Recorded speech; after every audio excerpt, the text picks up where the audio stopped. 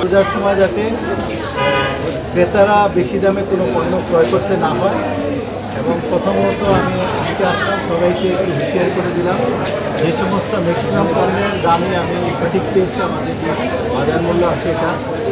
তেলের বিষয়ে আমার একটু অবজারভেশন হলো যে সমস্ত কোম্পানিগুলো পর্যাপ্ত সরবরাহ দিচ্ছে না তাদেরকে ডাকছি আজকের মধ্যে যারা আসবে তাদের সমস্যাটা কি আমি তাদের কাছে জিজ্ঞেস করবো। তাদের যদি কোনো গাফিলতি থাকে তাহলে আমরা প্রয়োজনীয় ব্যবস্থা নিব উদ্যোগ কর্তৃপক্ষকে।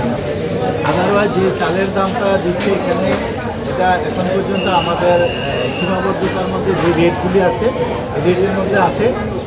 ডিম দুই একটা ক্ষেত্রে হয়তো আমি 50 পয়সা বেশি পেয়েছি, তাদেরকে নির্দেশনা দিয়েছি যে কি ডিমের কেজি প্রতি হালি কেজি 40 টাকা যেটা রেট এটা আপনারাও জানেন, এর বাইরে 1 পয়সাও কেউ বেশি দিতে পারবে। আর যেগুলি আমার কিছু কিছু ভোক্তা আমাদেরকে বলেছে যে তরমুজ এবং বেল তারা কেজি ধরে কেউ বিক্রি করে, তা এখন আমাদের সামনে কি স্বীকার করলো না। তা আমি নির্দেশনা দিয়েছি কেউ যদি এর পরবর্তীতে বলে যে আপনারা কেজি ধরে বিক্রি করেছেন তাহলে আমরা তাদের বিরুদ্ধে ব্যবস্থা নেব। আর আপনারা তো আছেন, আমরা টাইম টু টাইম আপনাদের মাধ্যমে আমি খবর পাই, ভবিষ্যতে যদি আরও বেশি কোনো রিগুলাস ইয়ে হয় আমাকে জানাবেন, আমি ছুটে আসবো এবং বাজার যাতে সহনশীল পর্যায়ে থাকে এই বিষয়ে আমাদের প্রচেষ্টায় কোনো ঘাটতি থাকবে না।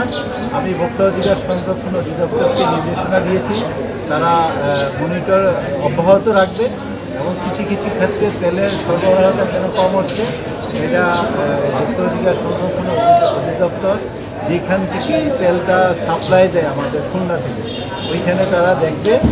আর অন্যান্য ক্ষেত্রেও আমরা মনিটরে রাখছি এবং আমাদের যে ডিস্ট্রিক্ট পর্যায়ের মোবাইল কোর্ট এবং অন্যান্য ফুড সিকিউরিটি তাদেরকেও নির্দেশনা দিয়েছি নিয়মিত মোবাইল কোর্ট পরিচালনা করবে।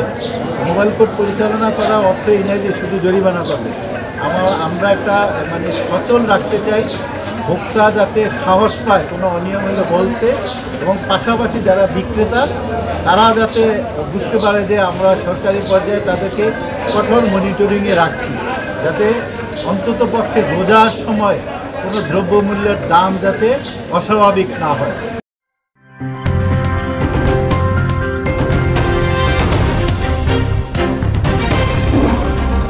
Voice of Tiger.